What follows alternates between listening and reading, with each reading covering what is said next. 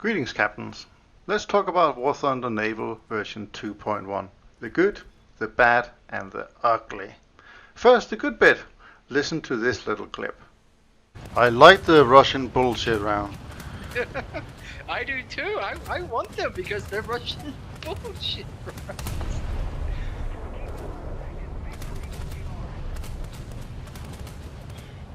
That's why everybody's grinding Russian ships right now. Because the Russian battleships are bullshit. There we go. Calm it down. Yeah, boom.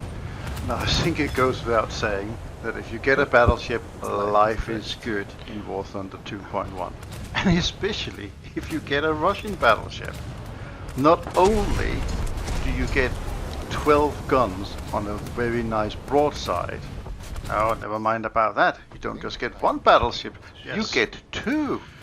Oh, and let's not forget the SAP ammunition, the 55 kilo of pure TNT filler in each and every one of them.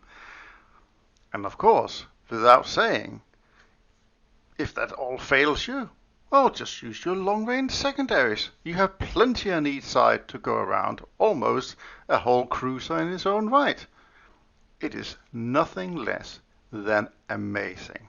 So if you want the very best of War Thunder 2.1 Naval, Russian battleships. That's it. That is all you need to know. Now, I'm not saying that the other battleships are not good. They definitely are. And having played the HMS Colossus, it's a great battleship. But when I compare its 10-gun broadside with a 40-second aced reload time compared to a Russian battleship that can do 12 guns at 33 seconds. Go figure? Russian biased? Figment of your imagination. Now, the good news doesn't stop here. Silver Line's earnings per hour, especially if you play cruisers and battleships, are much more improved now than they were in the previous patch. So this is excellent news and makes us more on par, I guess, with playing ground forces. Of course, better graphics we can all enjoy. All that is good stuff. Now, I did say the good, the bad, and the ugly, so let's move on to the bad department. Now, first off is the damage model. And if you have just played cruisers a few times in the new patch, you will all know how easy it is to get ammo racked. Almost too frequent. Doesn't matter if you try to go on an angle or protect yourself and so on.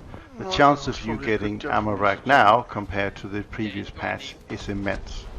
I don't know if it was a change they had to put in order to get the battleships to work, but it seems extraordinary that the last patch we almost got it not down to a fine art or perfect, but it was close. It was much improved to the previous patch before that, and I know a lot of guys have spent a lot of time on the forums to really work with Guardian on improving, you know, the whole battle damage system and so forth. So I think that the problem here was that last patch we got to a place where, and you could see it also, you got more people coming back to play the game. Cruisers were feeling robust, they were feeling sturdy.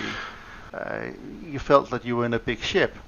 And that should be a difference, because getting ammo racked or instant killed in a cruiser is not quite the same as being killed instantly in a tank or a plane. You sort of accept it because a tank has a crew of a few people and the plane typically just has the one. But, you know, a cruiser, you're talking 500 plus, and you think that shouldn't just disappear in a second, should it? Well, you be the judge. Do you like the new damage system? In my world, it goes into the bad box, so not happy about that. Naval Enduring Confrontation. Where is it? I mean, we had it once a few months back now, and it was great. We liked it. It was not perfect. It was much improved to the previous incarnation. It was on the Denmark map, and I think it was great. You know, I played myself about 30 hours over the weekend that they allowed us to have it for. And then it kind of disappeared. We have some footnotes about that they have made improvements again, and we got some rumors about another map that is also there. But for heaven's sake, all the naval players have been screaming about naval EC all the time. It should be at least a once a week occurrence that we got Enduring Confrontation. Okay, I appreciate not everybody's cup of tea to play for about 3 hours, but for some of us, that's just what we want. So for crying out loud, come on, Gaiden, sort it out and give it to us. We're waiting for it. I mean, what could possibly be wrong here? More people player equals more pay, right? Somewhere along the line. Surely that's a good thing. Another stupid thing that is still here, and that also goes very much in the bad category, argue with me if you want, but I think it's fundamentally wrong that you can spawn in a boat while there's battleships on the map, and heavy cruisers for that matter. You can take the A and the B point before the battleship or the cruiser has got halfway to sea. And basically you almost guaranteed a win on that map. Why is the whole battle dictated by the 2 or 3 people that spawn in boats? It makes no sense to me whatsoever. Why are we even having these maps with these bigger ships? Or if that's absolutely how you want to make the game run, then make the timer go for a bit longer. Because it's just ludicrous that things happen that quick. I put more spawn points further out, balance it up. But it's time for a little redesign of the maps, or at least what battle rating should go onto what maps and in what modes.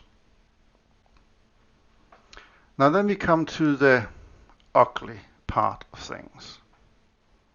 And to me that is server performance. We're talking 2020 here. There's a long-going joke about the hamsters not getting enough food and all the rest of it. But really, Guardian, isn't it bad for your own business? The time where you get 100,000 plus players on your servers that you can't handle it? I mean, how many new players have you just turned away by having rubbish performing servers? And the new patch, okay, so we expect there'll be a few crashes, but there's been a lot of them and they're continuous. I think they're sort of hopefully quieting down a little bit, but again, how come that is so badly QA'd? Quality insurance just seem to be lacking big time. You shouldn't just throw it to players. That's why you have test servers and that kind of stuff. Figure that kind of stuff out there. And finally, but not least, why are we still only having 16 versus 16 matches? Surely there should be good opportunity. I mean, so many other games can run up to 150 players on the same map. And yeah, okay, there might just be one person with one gun, and that's not quite the same as a battleship with all the guns and all the rest of it. I understand that. But still, sort it out. We should be able to run naval enduring confrontation real smoothly. And maybe that's the reason why we don't have the enduring confrontation, because your shit simply can't handle it. Put the money into sort out your infrastructure. I mean, if you can't do that, then you can't grow your player base. Then you can't get an even better Christmas bonus, and we all want to have one of those. So that's ugly. Shouldn't be happening in 2020. So yeah, don't want to end on a bad note. In general, I'm playing the game.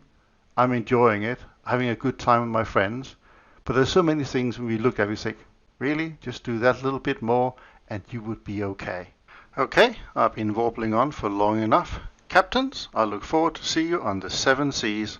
Gunship over and out.